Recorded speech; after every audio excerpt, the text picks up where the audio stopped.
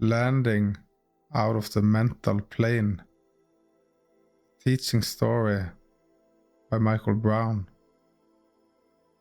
While he was flying into Sacramento Airport, he received a profound teaching, empowering himself and others that he has shared it with to immediately enter and comprehend the work of the process, and to benefit from this work right now, even if we have not yet accessed the book and the procedure it contains, and if we are already seasoned travelers through the climates of emotional cleansing.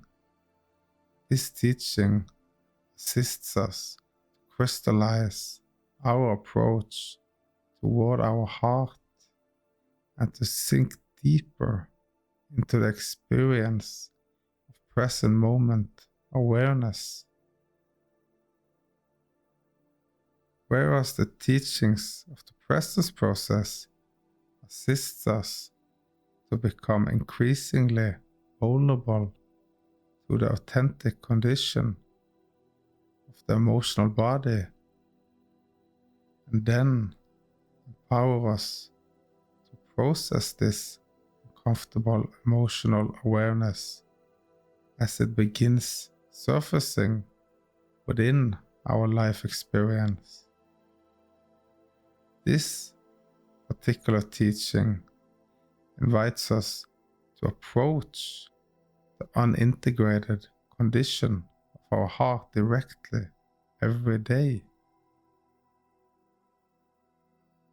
In other words, there is no waiting to see what happens.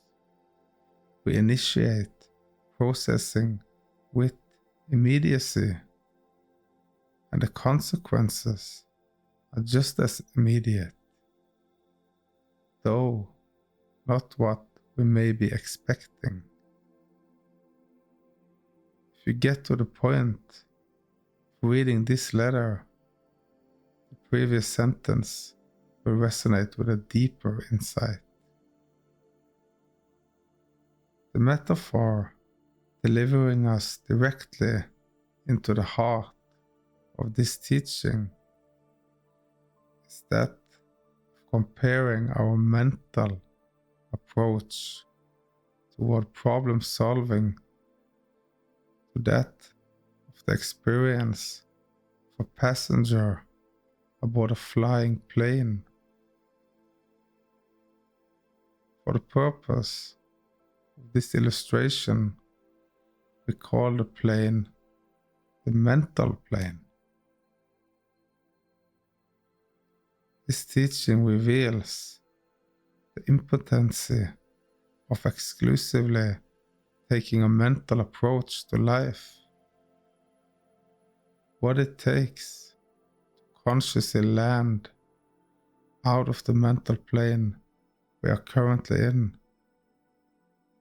and what the consequences are when we finally touch down on the runway of our earthly reality. The arena of the mental plane is useful within our human experience for calculation and navigation, and is a blessing when we work with it according to its intended function.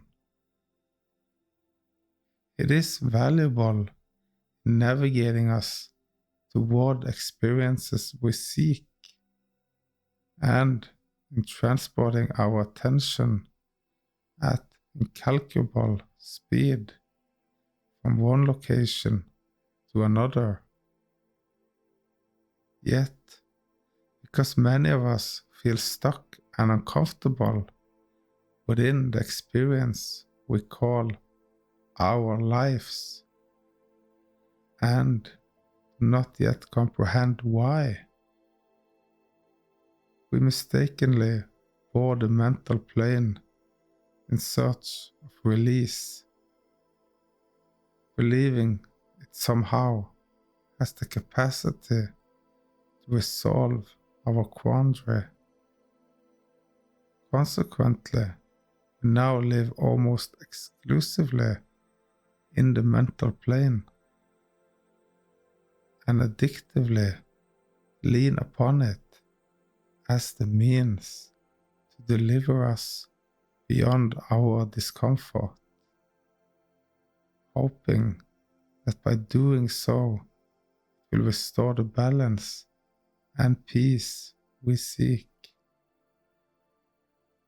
Many of us do not even realize we are living almost exclusively in the mental plane, and our increasing confusion, frustration, and sense of hopelessness arise directly from this misplaced reliance.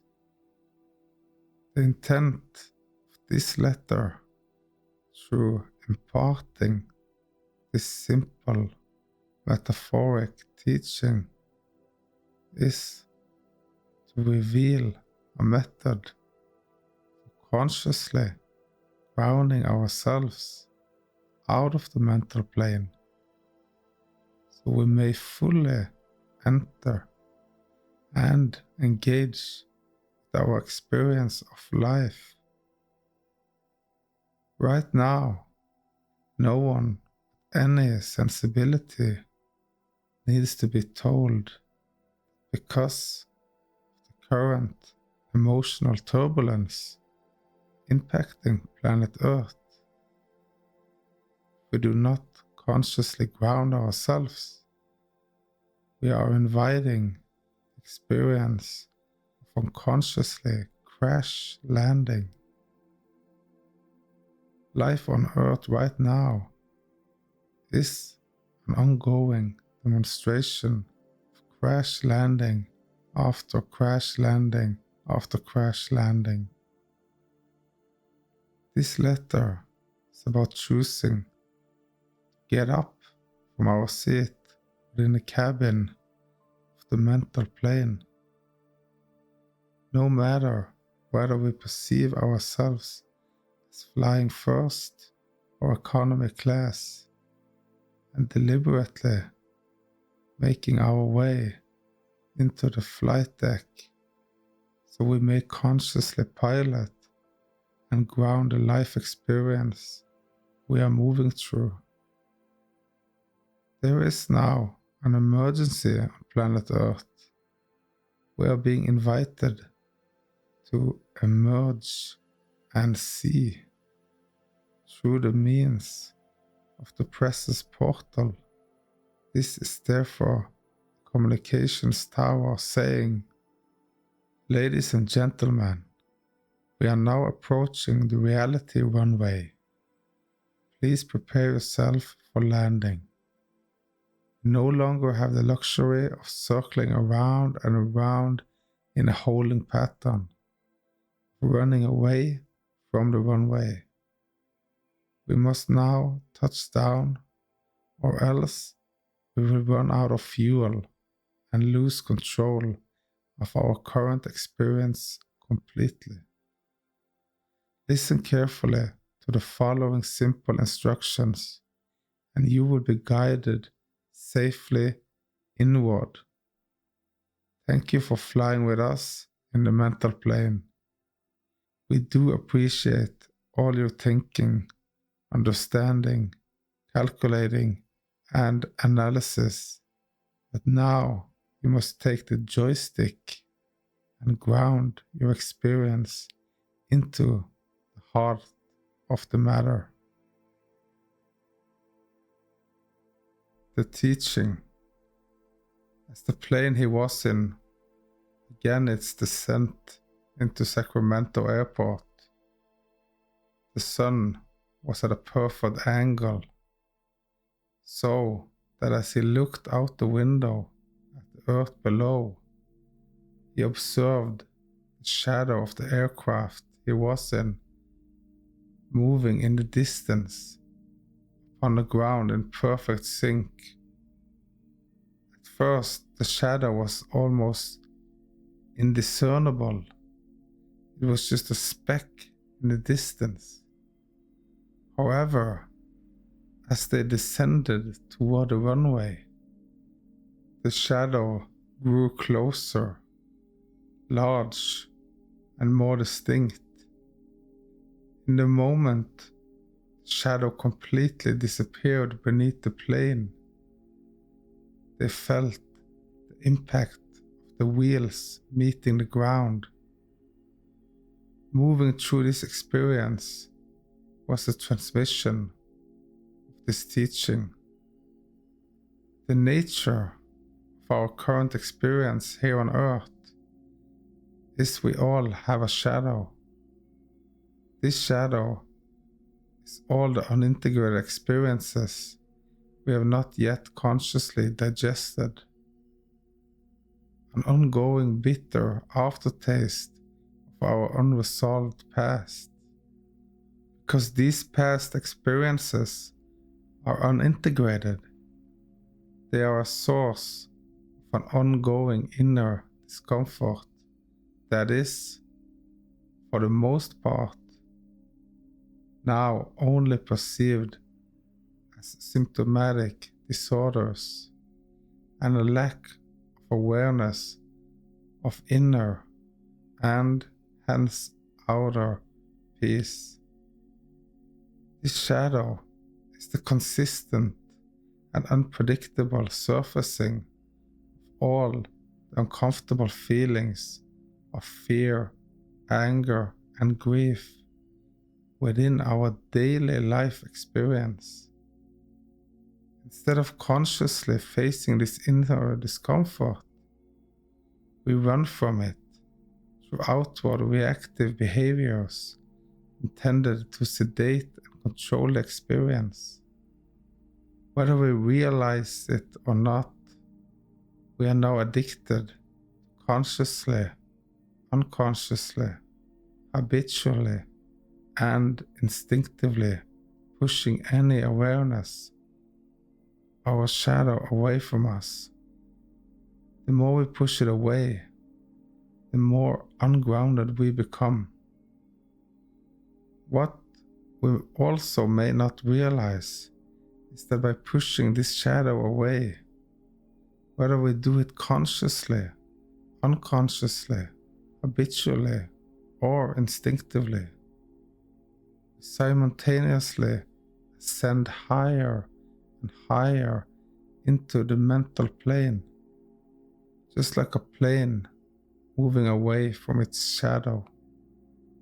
Our belief that we can resolve our current state of discomfort through thinking, understanding, analysis, philosophy, calculation, conceptualization, discourses, reading, routine spiritual discipline, religious worship, repetitive physical procedures, pharmaceuticals, technology, and endless talking only appears feasible and possible because we are adrift high in the mental plane, and our attempt to do so automatically causes us to rise up even higher and higher into the mental plane. Spiritually, our ascension into the mental plane as a means to escape our inner discomfort is what many now call the ascension process. As a species, we are now in such a delusionary predicament that unless we have an actual and real experience of grounding ourselves into what is real, into what is of this earth, we have absolutely no idea that we are constantly adrift within the maze of the mental plane.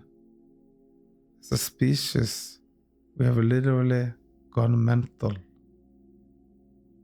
It is only when we have an authentically grounding experience that we realize the majority of what we have called our spirituality is actually our mentality, our spiritual mentality. Being in the mental maze is so amazing to us that we embrace the experience within it as being God. This is why we are vulnerable to the insane notion that thought creates. And because everyone is behaving in this manner, just as a fish have no idea they are in water until removed from it, we have no idea that we are adrift in the maze of the mental plane until we have an experience of grounding ourselves out of it. Returning to our metaphor of being in a plane that is currently in flight assists us to begin realizing the futility of continuing to operate almost exclusively in the mental plane. While we are in a plane that is in flight, we are alive, yet we cannot engage with or impact our life experience in any real and meaningful way. We are in fact disconnected from our life experience almost completely. From the moment we board a plane and take off, we are not even allowed to use our cell phones. There is no communication in or out. Even our physical environment is limited. For the most part, we are confined to a generically shaped seat. We sit next to people not of our conscious choosing. We have to eat the quality and quantity of food we are served. We have to listen to repetitive instructions about how to behave in the event we crash. And if there is entertainment on offer, we have to select it from a predetermined array of options. As far as our physical movement is concerned, if it is not blocked by flight attendants' trolleys, we may walk up and down the aisle. And if there is not a long line already waiting to make use of it, we may use the cramped toilet. By its very nature, the experience of being on a plane in flight is confined, dictated, and uncomfortable. Once we step into a plane, we are literally held prisoner by these limitations until we disembark. While we are in flight, we may think all we want about our life experience, but we cannot act on these thoughts. Any action we take from within this environment is impotent. Metaphorically, when we approach or escape into the mental plane as a means to impact our current life experience, our predicament is similar. Fact remains, whatever baggage we check in when we enter the mental plane experience is still with us when we disembark from it.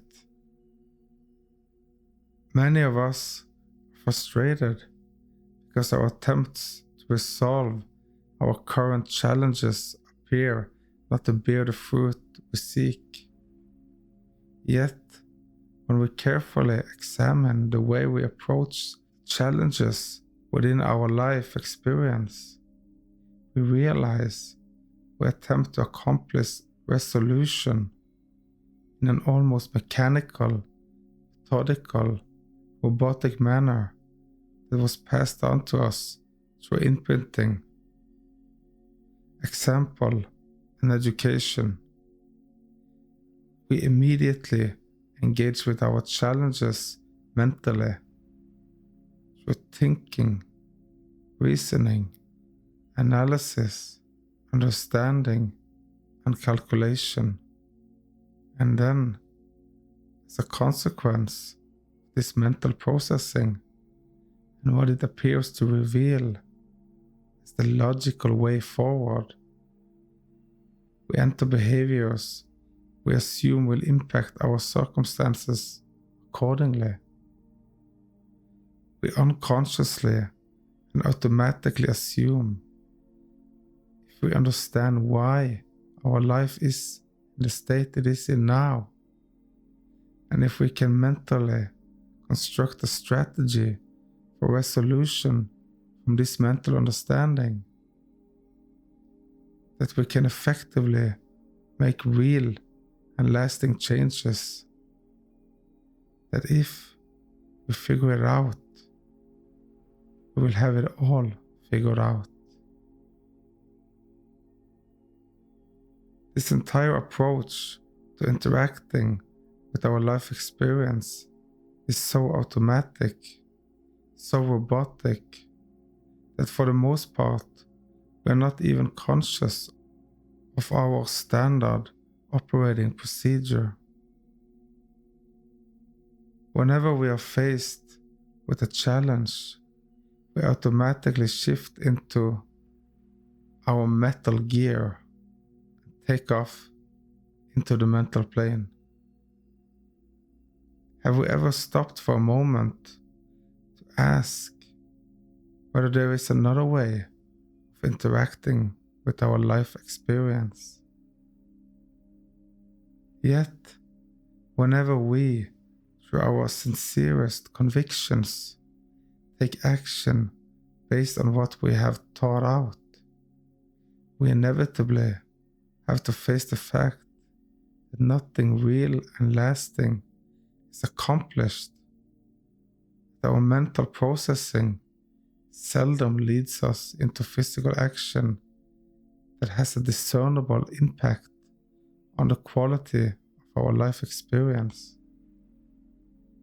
No matter what action we take based on our mental calculations, no matter how logical our approach appears, the passage of time inevitably reveals we still end up feeling the same way about the circumstances we are intending to impact as we did before we engaged in the mentally motivated activity, and often we may feel worse.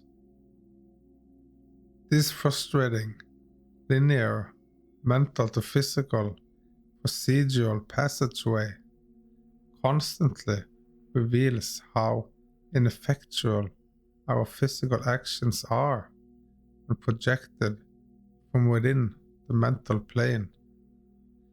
That while we fly high off the ground, we have a limited ability to make a real and lasting impact on the unfolding quality of our life experience. The unfolding of our actual life experience does not lie to us, because the proof is always in the pudding. No matter how profoundly our mental processes persuade us otherwise, no matter how much we understand, and no matter with how much conviction we act upon our understanding, whenever the runway of reality infringes upon our conceptual world and subsequently directs us to baggage claim, we come face to face with the undeniable fact that the baggage we ascend with is the exact baggage we descend with. What, therefore, is the true identity of our baggage, if our mentally motivated physical behavior fails to impact it in any authentic way? This is a worthy question. So in light of constantly spinning our mental wheels and yet going nowhere? Why do we keep falling for the same approach time and time again? Why do we even believe this approach works when it seldom has any lasting, discernible impact? It is because when we fly aboard mental airlines, we feel high in the sky and mistakenly confuse this heightened feeling with being empowered or uplifted. In other words, entering the mental plane is a reaction to difficulty. It's like a junkie's fix. While flying high within the mental plane, we appear to experience some temporary relief. It gives us the false feeling of getting somewhere. This is why it appears sensible to take action based on this illusionary sense of relief and false mobility. Yet, this sense of relief and mobility stems from the convenient arrangement of having the majority of our baggage stored away and out of our awareness in the baggage hold, also known as the unconscious. To enter the mental plane, take flight within it, we have to check in the majority of our baggage. The experience of checking it in, and therefore not having to lug it around with us, gives us a sense of increased mobility, lightness, and relief. Yet, this sense of mobility, lightness, and relief is illusionary. Just because we do not feel the weight of the baggage we are carrying while in flight, it does not mean it is not there. This false sense of weightlessness is always temporary, and all decisions made through associations with this false high are ungrounded, no matter how enlightening they appear at the time. This is the predicament we enter when we live almost exclusively in the mental plane. We are completely unaware of how much baggage we are carrying with us, and make decisions based on this numbed awareness. Right now, across the face of planet Earth, this mentality of approaching our life challenges almost exclusively through the experience of the mental plane has delivered us into a state of emergency. The only way to integrate this predicament is to emerge and see it for what it is. To ground ourselves as quickly and efficiently as possible by consciously landing ourselves out of the mental plane and into the resonance of the heart. If we do not willingly take the joystick and consciously bring ourselves in, the increasing crash landings we are witnessing within the lives of many human beings on this planet may also become our fate. Accomplishing this grounding out of the mental plane is simple. We consciously approach the runway by willingly engaging and drawing our shadow toward us, by facing what we run away from.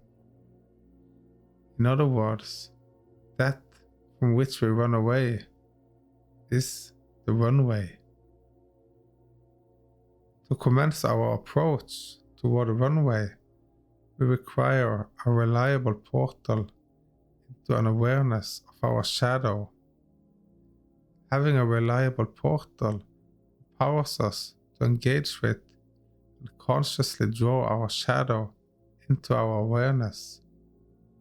Once we are able to consciously latch onto our shadow and draw it more intimately into our awareness, we simultaneously descend out of the mental plane and begin grounding ourselves into the reality of the here and now. Our shadow is in itself the runway. We therefore navigate onto it by consciously turning our experience toward that which we run away from. Our ongoing, underlying, and consistently nagging experiences of inner felt discomfort, and our most direct portal into our shadow is accessible in any moment through any incident causing us upset, regardless of whether this upset appears to us as physical discomfort, mental confusion, and/or emotional imbalance. The common denominator within any encounter of being upset is that we feel a level of discomfort. Instinctively, when confronted by an upset, we react through an expression of emotional feelings, by entertaining mental thought forms or stories, through outwardly projected physical behavior. Whether we are aware of it or not, no matter what reactive approach we take when upset, by reacting to the upset, we are attempting to sedate and control what we perceive is happening to us from our awareness. And all sedation and control in the face of an upset is the pushing of our shadow away from us, and consequently a forced ascension of our awareness into the mental plane. The more we push away the experience of being upset, the more ungrounded we become. Yet, the blessing is this: as efficiently as we may unconsciously use an upset to fly away from our awareness of our inner discomfort and into the mental plane, we may also consciously use it as a portal to which to consciously approach the runway of reality, the here and now. Any upsetting experience is just as equally a perfect setup to land ourselves more deeply and intimately into the embrace of the moment, to turn our encounters around, to instead use them as a means to ground ourselves rather than to become increasingly mental. We may apply a very simple practice. Instead of impulsively, unconsciously, and addictively submitting to our ineffectual reactive mode, we choose to consciously access and face our shadow, to willingly engage the felt resonance of the emotional signature flowing beneath every upset. We intend to consciously face it and cradle it. We willingly allow the upset to bring us down. Of course, this course of action goes against the grain of everything we have been taught regarding how to succeed in life. Who would have thought that an upset is set to take us up when we deliberately allow it to bring us down? When we consciously observe an upsetting experience, we realize there are three distinct aspects to it: a physical, mental, and emotional. The physical aspects are the circumstances or persons that trigger the upset. And they are also the physical behaviors we are considering initiating as a consequence of whatever occurred. The mental aspect is the story we are telling ourselves about what happened, who did what, why it happened, and whose fault it was. The emotional aspect is how this upset is causing us to feel. The emotional aspect of any upset is accessible to us as both an uncomfortable feeling state and emotion, which we may call fear, anger, and/or grief, and as a corresponding physical sensation anchored within our body. Here are a set of instructions inviting you to consciously enter the grounding experience we are discussing.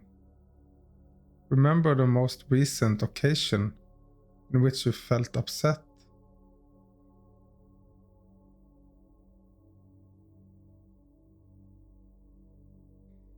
Notice how you use the mental plane as a corridor to recall the details of the incident. It obediently delivers your attention to the moment of the incident that initially triggered you. This is a useful application of the mental plane, using it as a means to fly your attention from one moment to another, whether this moment is currently unfolding or is already past. To enter a portal of upset, you may also choose an upsetting experience from the past that has been festering within your thought forms right up to this present moment. You will find that your awareness of any past unintegrated event diminishes and seemingly completely disappears when you are busy and engaged within life's demands, which may be why you engage yourself so actively in so many doings. However, as you try to go to sleep at night, or as you awake in the morning, its resonance of this quiet dutifully returns. This type of upset is ripe for the picking. Whatever is upsetting you, whether something happening right now or something from the past that is still nagging at you, is a way in. As you recall the upset of your choosing, instead of engaging in the mental aspect of the experience or upon the physical actions you may be considering, place your attention fully on the feeling accompanying it. Take note of where this uncomfortable feeling is located as a physical sensation in your body.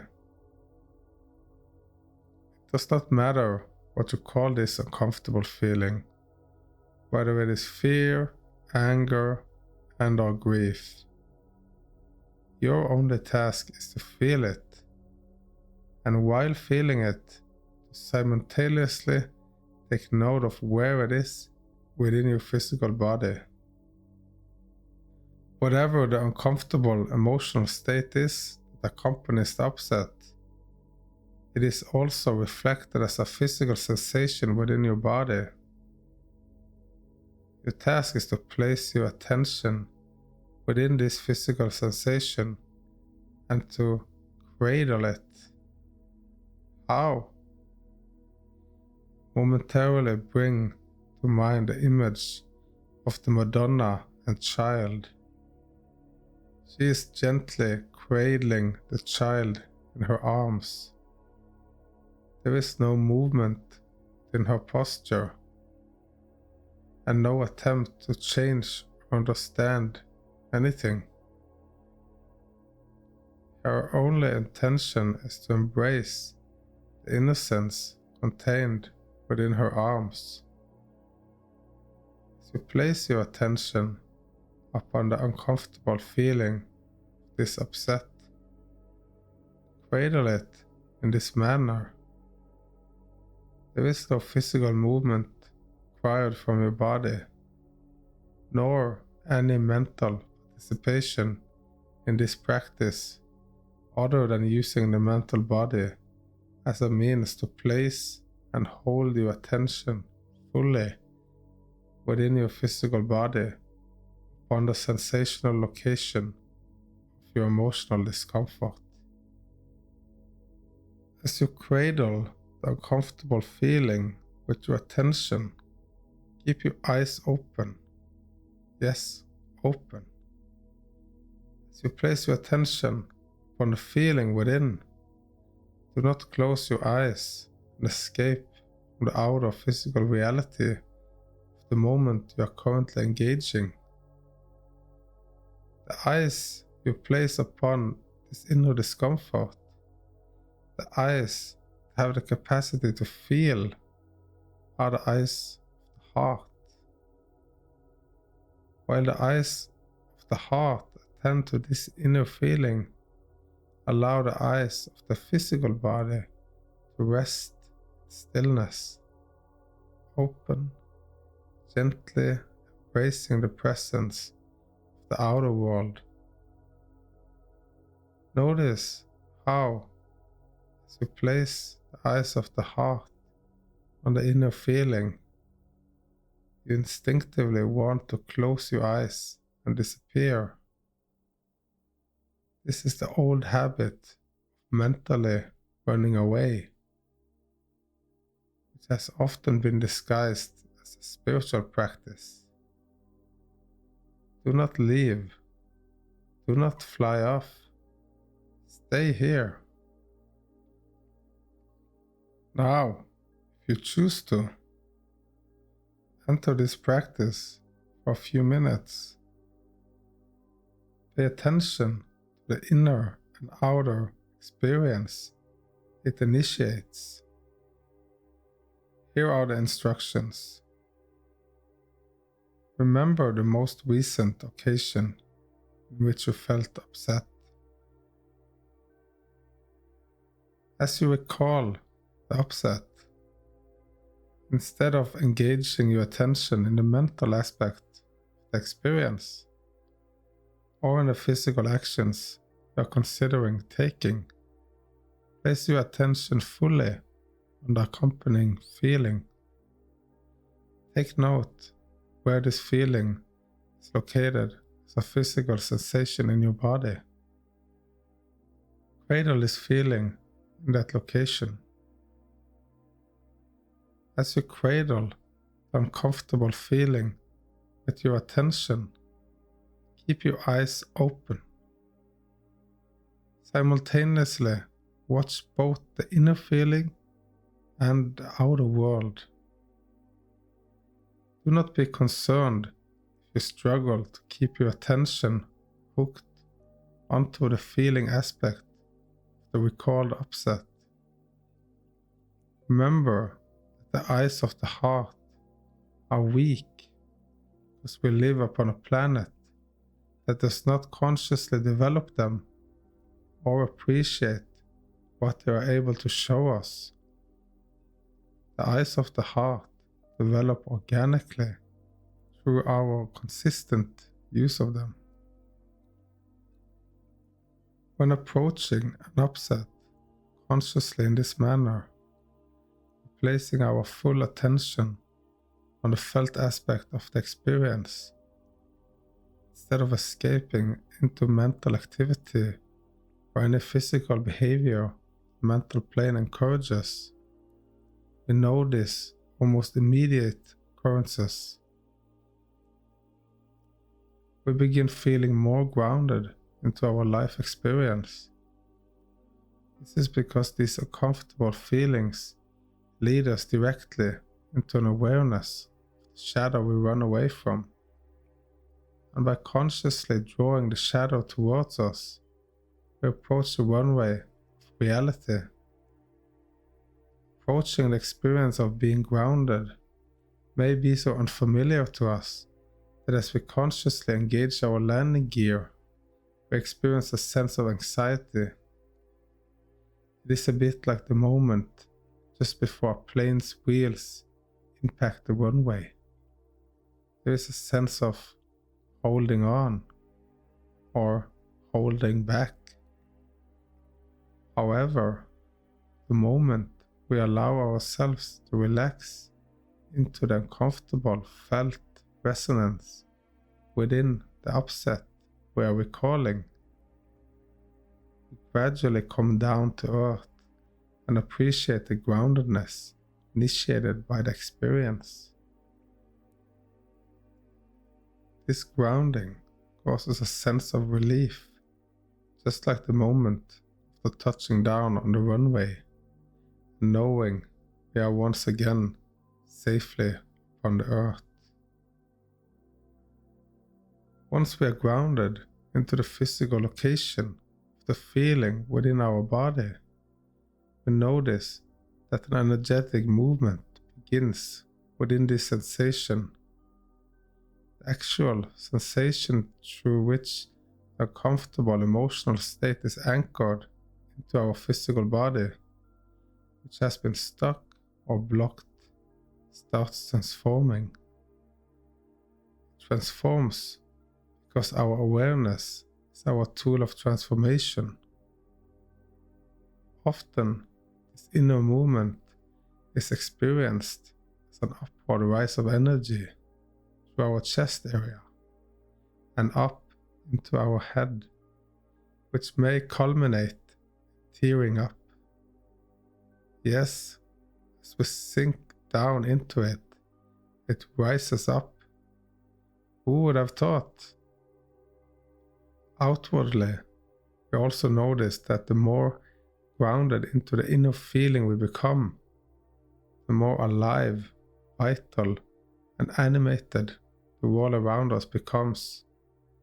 Our experience of being here upon Earth ceases to appear as a flat, inanimate encounter, but instead takes on a textured hue, an energetic aura. This is because we, through consciously grounding ourselves, arrive more fully into the present moment of our current experience. Only when we allow ourselves to engage fully the moment we are in now do we realize how heavenly this earthly experience is.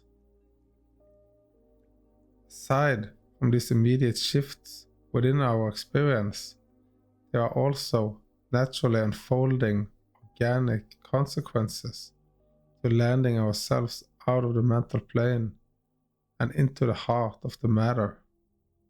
These can be reviewed through the metaphoric illustration of what unfolds after a plane touches down at an airport.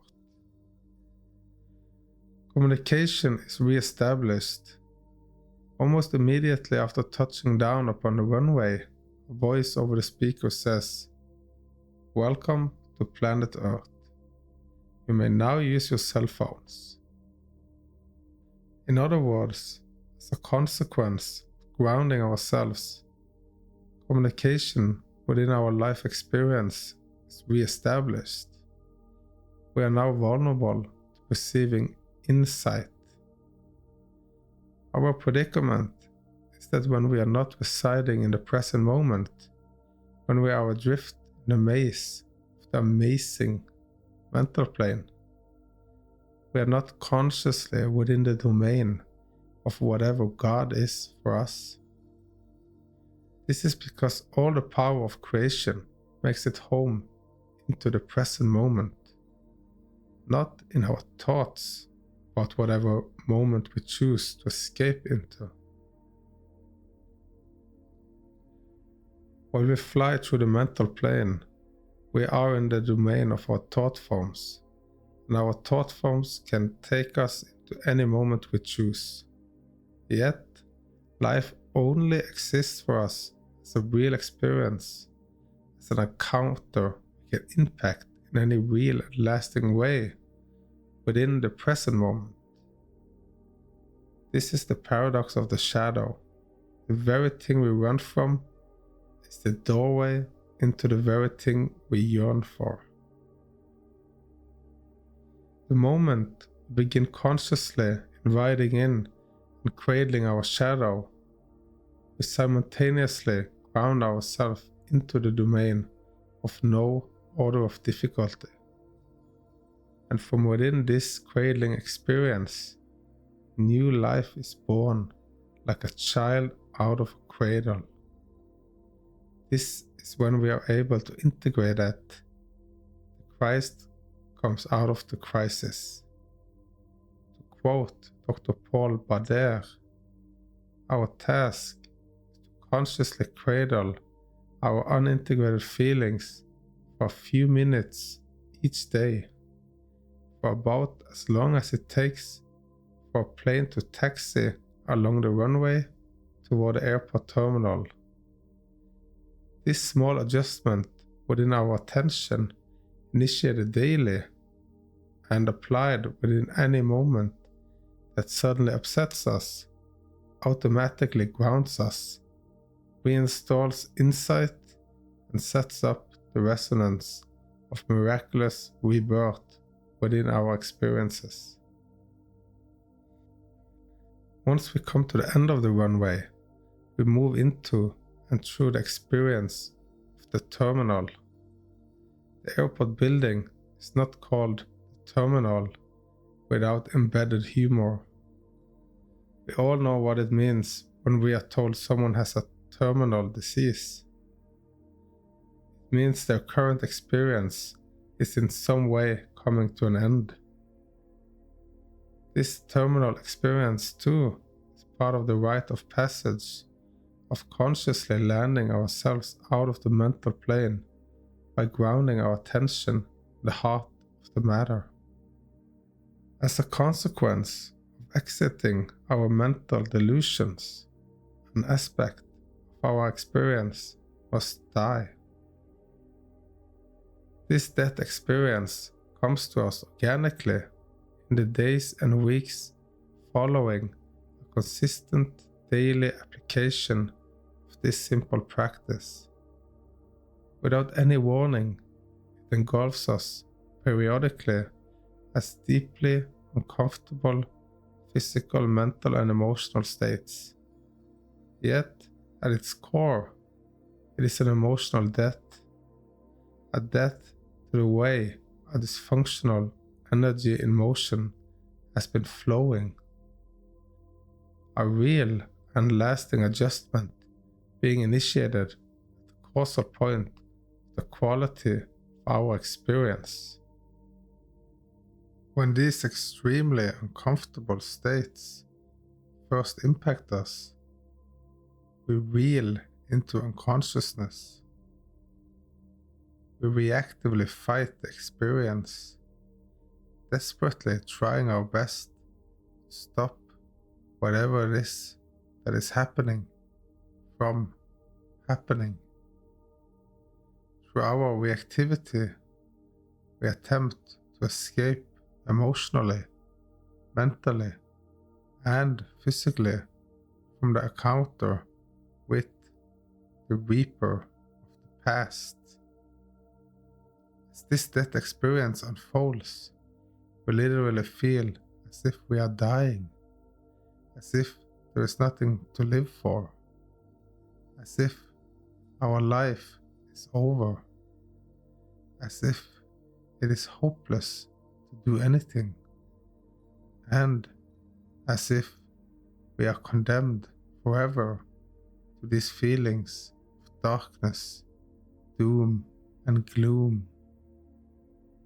Yet, within a relatively short period of time, within hours, sometimes days, depending on the immensity of dysfunctional, energetic experience we are dying to. This wave of momentarily, physically, mentally, and emotionally shedding the skin of our past heals over us and is gone. In its wake, we feel more aware, inspired, awake, and deeply grateful to be alive. Once we commence grounding ourselves out of the mental plane and back into the momentary occurrence of our life, there is no avoiding these death experiences. They are perfectly normal, natural, and organic. They seed life. They are also known as dying while living. They are deliberate consequence of consistently placing our attention within the core of any emotional discomfort triggered by an upset, by cradling an unshed past experience. When we allow ourselves to go through this rite of passage, it becomes blatantly obvious to us that it has been to avoid these death experiences that we have taken off en masse into the mental plane. It is precisely because our current culture has been indoctrinated into believing death is an enemy that we have run terrified and attempted to barricade ourselves from these experiences.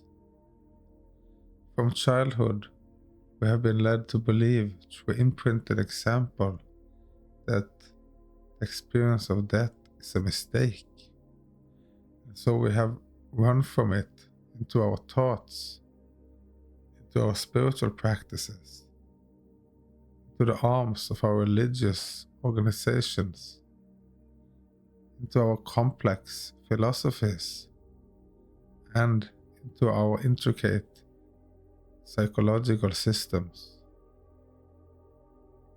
We have forgotten that to remain present entails consistently dying to the mental construct of the past and the future. We have forgotten that life and death cohabit the same reality, and that all life comes out of death, that a consciously initiated and embraced death is the invited moment of rebirth.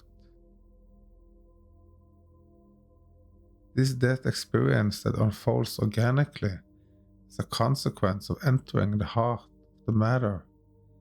It's not a spiritual experience, for we have manufactured what we now call spirituality. It's a vain attempt to save us from this deadly experience. Our spiritual endeavors promise an eternity barricaded from death. This daily death that we consciously initiate and invite when we face our shadow is more accurately a shamanic experience. It is the exact experience that becomes shunned within communities whenever they are overtaken, overshadowed, and indoctrinated by any religious mentality. This death experience is not the ascension process. It is not a mental, conceptualized experience of metaphysical worship, which is too often a veiled attempt to rise toward God as an escape route from the authentic condition of our heart, as a reaction to the reality of death. This invited death is not a reaction to living, but a direct, in-the-moment response to whatever God is for us. It is a conscious calling in of the unfathomable darkness of the unfamiliar, ever-changing, and unknown. This invited an ongoing reoccurrence of dying to the past, as a conscious sinking into the void, the blackness, the unknowable, the unfamiliar, the uncomfortable, and deeply into the as yet unformed. This death is a rising up, just sinking in, like a phoenix out of the ashes. This death experience was known and honored long before anyone's church mentality outlawed all practices honoring it. And because we have run in terror from it, it now follows us into old age as a frightening shadow that leaves in its wake a trail of disease, unconscious accidental mishaps, addictions, and a quality of life eventually culminating in an experience of demeaning decay and dismay. Instead of dying daily, we now resist it with all our might and subsequently allow it to build up into a massive, culminating drama that explodes ungracefully when our moment of transition from Earth approaches. Yet, when we consciously turn around, when we willingly enter our heart and face our shadow, and when we consistently allow the past to physically, mentally, and emotionally die through us, we organically reawaken into an ancient shamanic rite of passage, elevating us into a direct experience with whatever God is for us, the fullness of the present moment. Then we discover that these waves of death, sharing the ocean of life with us, are a blessing. That they come to show us we must die consistently and consciously so that we may live fully. They come to strip us of the past so that each moment we step into is born anew. This death is the Christ through which all is born anew. This death experience is the crucifixion that takes place before any legitimate ascension. It doesn't belong to Christianity. It was merely appropriated and sadly misinterpreted by it. If anything, Jesus is a shaman. By experientially embracing this death experience as integral to life, we discover it has been because of avoiding these death experiences that our hearts have shut down, and through this unconscious emotional death, desperately sought ascension through the mental plane. Yet, all the mental plane accomplishes when we lean on it as a means to birth each moment anew is the movement of our life experience from one of living in the kingdom into the bland and inanimate existence of subsisting in the boredom. Entering the terminal after landing and awakening consciously into this organic death experience is not pleasant. It is not meant to be. It is, after all, dying. Whilst in it, it is a horror. However, when we stop running from this deathly shedding of our past, when we stop resisting its divine presence as part of life's tide, we invite ourselves to experientially perceive the undeniable consequence of this occurrence within the quality of our life experience. And the consequence is that our life experience is divinely blessed over and over again with a rebirth of life's sweetness. By consciously surrendering to the agony of death, we invite ecstasy of life. Without this consistent shamanic shedding of the skin of time from our psyche, our life has no juice and our death has no meaning. This is the Dharma of the Sacred Heart. Baggage claim. Within this metaphoric teaching of landing our current experience out of the mental plane and into the heart of the matter, these death experiences may be visualized as our moving through the terminal. In the midst of them, and once these terminal experiences pass, we receive profound insight. These unfold as intimate revelations about our personal and collective life experience. Initially, these revelations unfold through the analogy of baggage claim. Only when we enter the terminal experience may we claim our baggage in a real and meaningful way. While we are in the mental plane, our baggage is in the baggage hold, our unconsciousness, and we have no direct access to it. We can think about it all we like, but we have no impact on it because it is out of reach. This is why nothing real and lasting is accomplished while we attempt to impact our life experience from within the limitations of the mental plane. To impact our life experience in any real and lasting way, we must claim and take responsibility for our baggage. And the nature of our baggage, those aspects of unintegrated past we unconsciously carry around, which impact our unfolding experience in each moment, is that it is stored as felt resonances imprinted within the emotional body. These felt resonances are only accessible to us when we consciously enter the heart.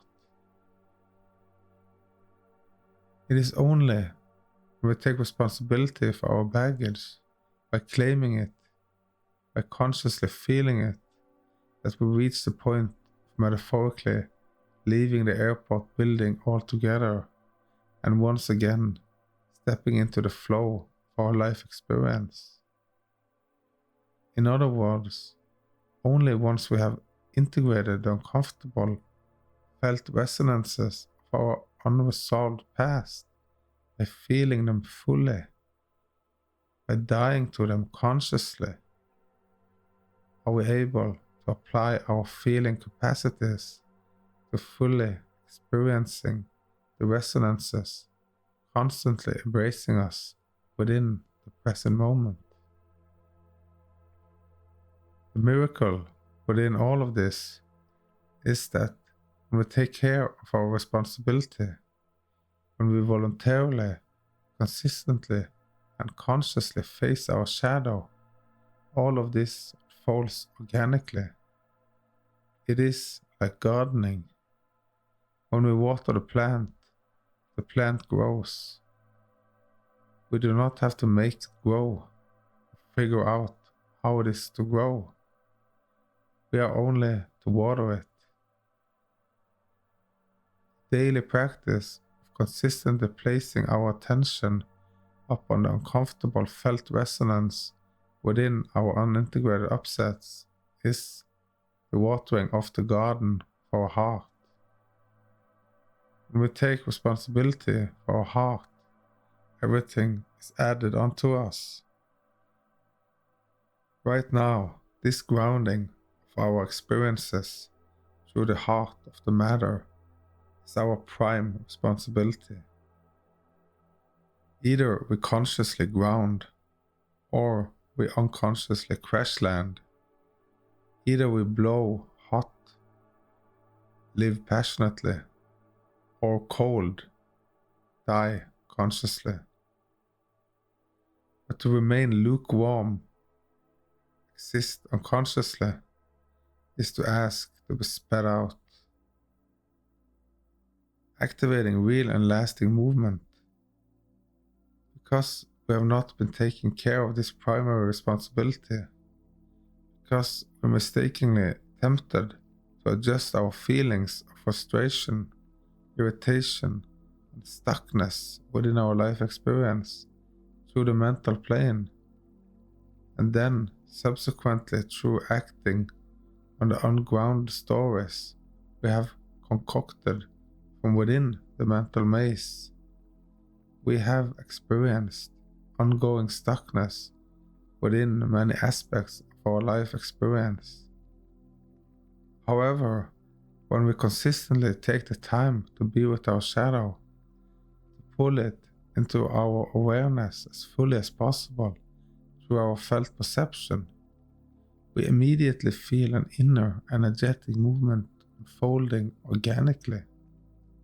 This inner movement is then mirrored as outer movement within the aspects of our life experiences where we have for so long experienced paralysis. It is only through experientially applying this practice and perceiving the consequences that we realize trying to initiate change through mental flight is completely ineffectual. It is fiddling with an effect to try and make a causal impact. This is the miracle of the heart. When the heart is moved, the world moves to mirror it. However, if we do not realize this, we end up cleaning the mirror to try and change the nature of the reflection it shows us, which is mental. Decrease of drama. Also, when we consciously and consistently approach our heart in this manner, when we engage with it and honor it as causal point of the quality of our experience, it no longer has to attempt to get our attention through the manifestation of unexpected outer drama. The more we embrace the Dharma of the heart, the less we manifest unconscious drama within our life experience upon this earth. Gardening our heart. It is up to us to give ourselves the experience of the consequences of consciously gardening our heart. If we require understanding before we are willing to take on this responsibility, it is only because we are trying to comprehend what is being offered here from our seat within the maze of the mental plane. The heart cannot be understood, it can only be engaged. Only when we engage our heart do we enter a marriage made in heaven. The following simple practice, when engaged consistently, shows us through personal experience that it is the garden of the heart from which all the fruits of a joyful, healthy, and abundant life experience are seeded, cultivated, and harvested. It is also from within the garden of the heart that we consciously awaken to the experience of the conscious death that fruits eternal rebirth. By tending to the garden of the heart consistently each day, we experience the miraculous. It reveals to us what it really means to love and take care of ourselves, to stand by ourselves no matter what. To initiate this encounter with the heart, it is recommended we tend to our garden for a few minutes at the beginning and the end of each day, and also in the midst of any unexpected upset. This is how simple it is. We sit comfortably in a quiet place where we will not be interrupted. If we truly seek to be authentic when entering this practice, we switch our cell phone off. Otherwise, we are just doing this because nothing else is currently stealing our attention. We recall an upset, whether it is something that has happened recently or something currently festering within our physical, mental, and emotional experience. We drop the story and the details of the physical events surrounding it, and instead place our attention fully on how we feel about it. We seek out where we feel this discomfort within our body. We place our attention within this location and cradle it, while keeping the eyes of our heart upon the uncomfortable feeling within our body. We simultaneously keep our physical eyes open, and in a relaxed manner, we observe the world before us. We observe how the inner feeling moves, and how, as it does, the outer world simultaneously increase in presence. When we stray off into the mental again, we gently bring our attention back into the inner feeling within our body, and simultaneously upon the presence of the outer world.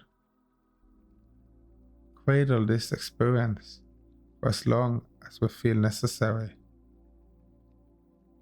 Note, if we do not have an upset to consciously work with, we enter the practice by consciously placing our attention within the center of our chest and hold it there, following the above instructions until we feel complete. The practice of consistently placing our attention within the center of our chest is equally powerful in initiating the death experience that invites the blessing of rebirth within all unintegrated aspects of our life experience. Eventually, through this practice, we discover that the feelings of discomfort underlying our unintegrated upsets are gradually integrated and replaced by stillness, silence, and a sense of balance, peace within our heart. Over time, these feelings of balance and peace organically radiate into our thoughts and are reflected back through our outer physical circumstances. As a consequence of daily and consistently facing our shadow and grounding ourselves through it, we begin also decreasing our addiction to escaping into the mental plane as a means to initiate a change in the quality of our life experience. We discover, when consistently attending to the garden of the heart in this way, by watering, weeding, and fertilizing it with our cradled attention, that it gradually lifts unnoticed veils and reveals the depth of the immensity of the life experience available to us all in each moment. By attending to the heart in this manner, the teachings we receive internally through revelation free us, following others, wandering through endless conceptual spiritual mazes, and of the seeker's seemingly unscratchable itch. This practice gradually frees us of spiritual delusion, or the spiritual disease, as Adyashanti aptly calls it. As we become familiar with the death experience and surrender to the companionship of its divine presence within the ever-changing currents of our life, we are reborn again and again and again. This rebirthing nourishes a deepening awareness of what it means to live fully within the radiance of the present moment. Entering life more fully by consciously and consistently entering the heart really is this simple. However, to fully receive the revelation of the simple teaching shared here requires experientially entering the heart of the matter as a way of being in this world, and not as something we need to do and get over with so that we can get on with something else. This teaching and the consequences it initiates is the Dharma of the Sacred Heart. It's not about feeling better, it's about getting better at feeling.